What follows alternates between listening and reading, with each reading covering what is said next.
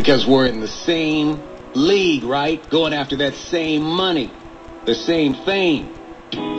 Wait a minute, I know what I'm going to do. I'm going to call on Fantasy Football 101, man. They're going to help me out, right? Fantasy Football 101, it's the show that's lots of fun. Give the dudes a call right now. Won't cost you nothing anyhow. 5291450. The Cap City's #1 fantasy show. They really want you to call in your due. They'll be your fantasy boys. Your fantasy boys.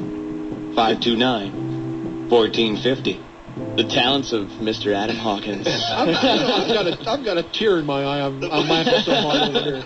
Adam Hawkins, definitely a good friend, and he has a bunch of unique songs, actually, that we'll be playing throughout the season. Always like a bird. We appreciate that. He'll also be covering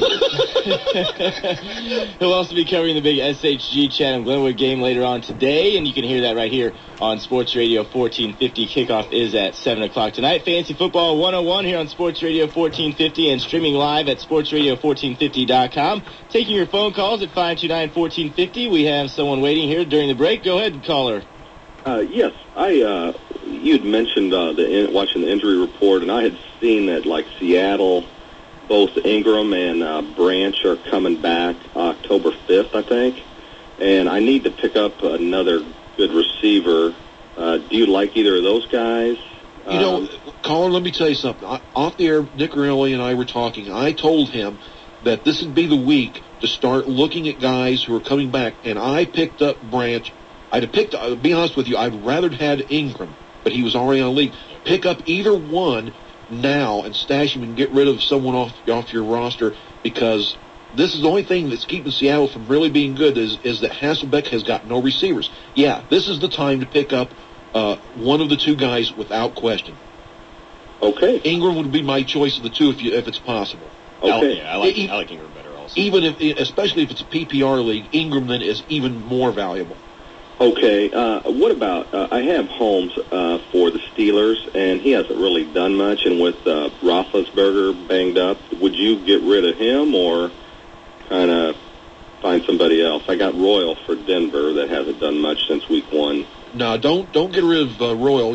Look at your quarterbacking situation, what you're talking about. Cutler is just too good right now. If you've got a receiver, either Marshall or Royal, those guys are going to be valuable.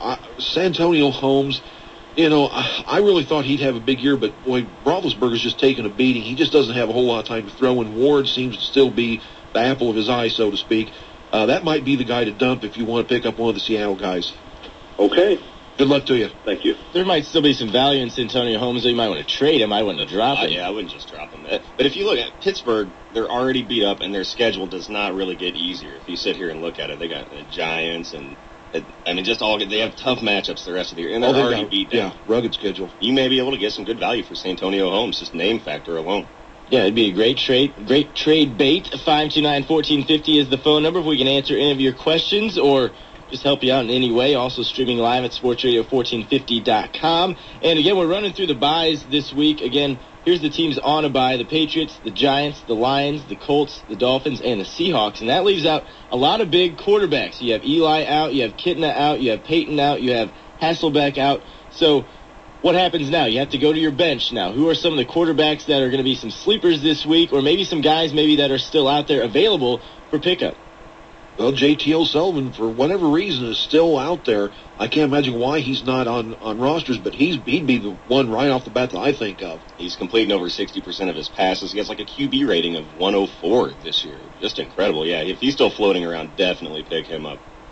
Does anyone take a risk on Trent Green or Gus Barat? I just don't understand this deal with St. Louis. You bench Bolger, and then you put a guy who's got concussion problems with a line that pretty much olays the defensive line and lets everyone through. One hit, and we might be looking at a funeral for Trent Green in a week or so. Well, I don't think there's any way he's going to help. But the problem with, this is a whole nother show, but the problem with St. Louis is, though, all the players now running their mouth. No one's backing up Scott Linehan. It's the coach's decision. Just sit there and take it. I mean, yep.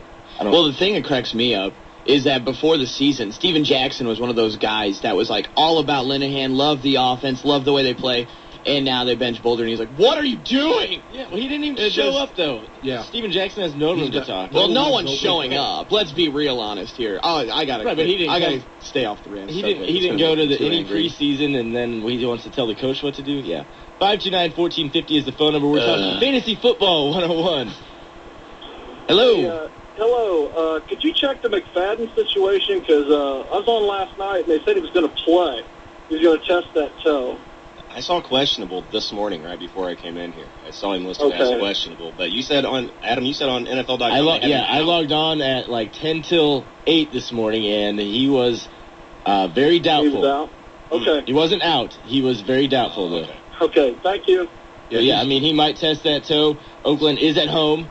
They're playing San Diego again, not a very good defense this year, who I thought would be a better defense this year. But I would expect for him actually to play, just like Adrian Peterson. Last week he was questionable, but game time decision, whatever, he's still played, and I think he's going to play this week too, but he's also on the injury report. The thing with McFadden is Bush played, and he's such a good option that there's no reason to really play McFadden too much. That's why if you've got him, you're really taking a chance to start him.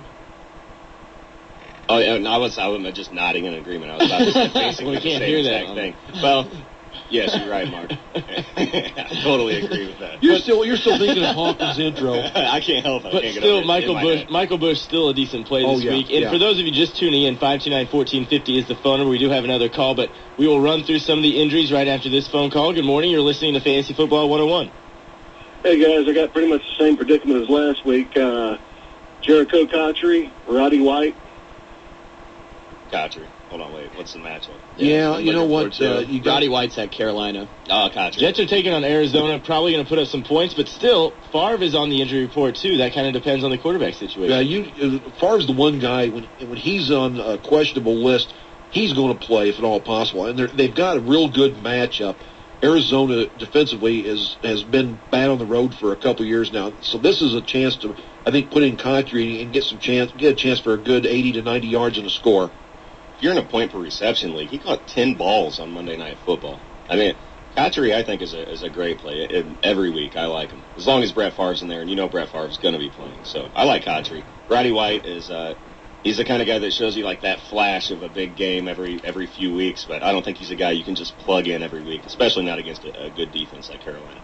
529-1450 is the phone number. We'll come up with our studs, dubs, duds, and sleepers a little bit later on. 529-1450. Good morning. You're listening to Fantasy Football 101. Yeah, I have a problem. I have Colston, which is, he's out 4 to 6 or whatever. And then I have Stallworth, Galloway, and then Burris is suspended for a game. And then I have Holt. I didn't know if you could give me some ideas. Should I drop Galloway or Stallworth and look to pick up another sleeper wide receiver or what? And I'll hang up and listen. Thank you for the call. 529-1450 is the phone number, and streaming live at sportsradio1450.com. His roster sounds like mine as far as the wide receivers go. Not a whole lot of production out there. I would keep Galloway at this point unless he has some wide receivers out there that are available. Yeah, he's got problems. Colston's out. Galloway's out. Burris is on a bye week. Holt plays on an offense that may never give him the ball again. Depending on what he has to, go after him, free agent, go take a peek and see what you got. If nothing else, then play Holtz, Stallworth, another. Oh, he does. He got some serious problems. Yeah, that's problems. Yeah. Like, he's asking for sleepers, and I'm looking for. Do you guys know any? Maybe the James Hardy kid from Buffalo. Yeah, that's a possibility. St. Louis. But, there's just at this point in the time, and if he's in a 12-team league like I am, there's just nothing out there on the free agent list really very good. You might pick up Meacham from New Orleans. He's a possibility with Patton being out. But take a look and see and look at your matchups, and that's how you can find a sleeper in there. Sydney